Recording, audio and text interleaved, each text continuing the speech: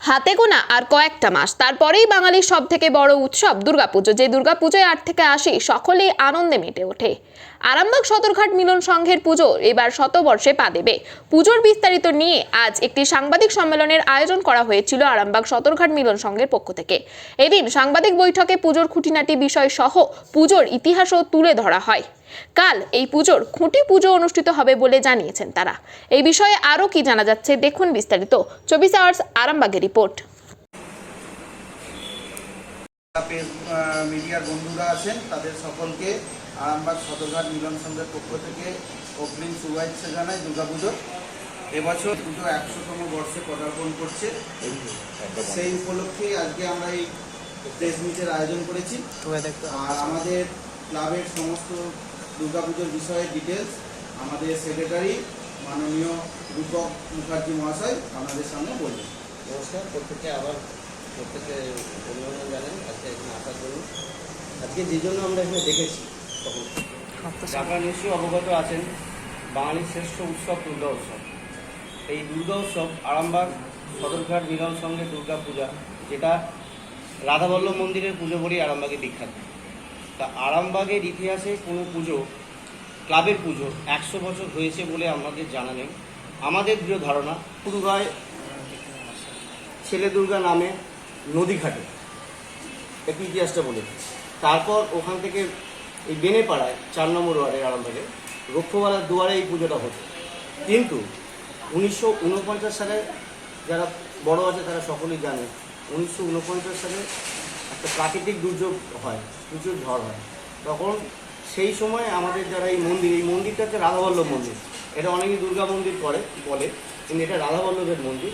তখন ঠাকুরের অষ্টমীর পুজো কি হবে না, ঝড়ে ঠাকুরের পড়ে যাবে, প্যান্ডেল ভেঙে যাচ্ছে, এরকম অবস্থা। সেই থেকে 1949 সাল থেকে এই রাধাবল্লভ মন্দিরে দুর্গা পুজোটি অনুষ্ঠিত হয়।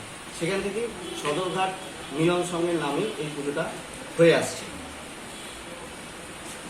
এই পুজোর ইতিহাসে 100 বছর বলছি। এখনও একজন যিনি বেঁচে আছেন, তার বয়স প্রায় 94 বছর, সত্যনারায়ণ মুখোপাধ্যায়, তার বয়স 54 বছর। তখন আমরা তাকে জিজ্ঞাসা করি ইতিহাস নিয়ে, সেই জেঠু হয় আমাদের, উনিও বলেন আমিও জ্ঞান থেকে দেখছি।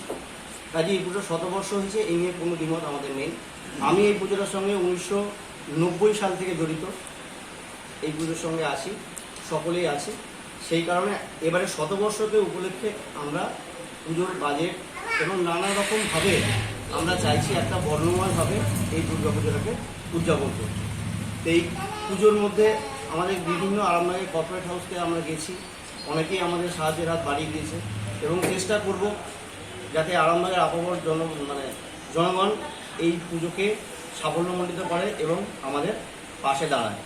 আমাদের এবারে টাইটেল পার্টনার হিসেবে থাকছে গীতা প্রেস, মিডিয়া পার্টনার আছে না ওইসব কিছু না, ফুড পার্টনার দাদা, ঠিক আছে, হাভেলি সুইটস।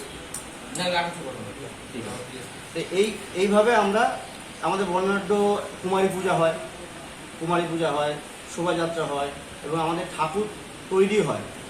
ঠিক জন্মাষ্টমীর দিনে আমাদের ঠাকুরের মাটি ওঠে, ওই দিন থেকেই ঠাকুর তৈরির কাজ শুরু হয়। এবছরের বিশেষ আকর্ষণীয়, এবছর বিশেষ আমাদের ভালো প্যান্ডেল আমরা করব, ভালো লাইটের ব্যবস্থা করছি এবং শহর পরিক্রমা করা হবে, ব্যান্ড থাকছে, নানান বাদ্যযন্ত্র থাকছে এবং চেষ্টা করছি কোনো সেলিব্রিটিকে দিয়ে আমরা পূজার উদ্বোধন করার।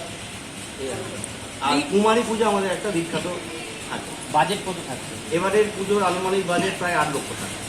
পুজো ইংরাজি কত সাল থেকে শুরু হয়েছিল? পুজোর ইংরাজির 100 বছর যে বলছি, ক্লাবের প্রতিষ্ঠা 1920 সাল থেকে ক্লাবের প্রতিষ্ঠা। পুজোটার হিসেব যেটা আমরা পেয়েছি তাতে আমরা শতবর্ষ, আমরা যেভাবে পেয়েছি পুজোটাকে, এবছর আমরা শতবর্ষ হিসাবে এটাকে।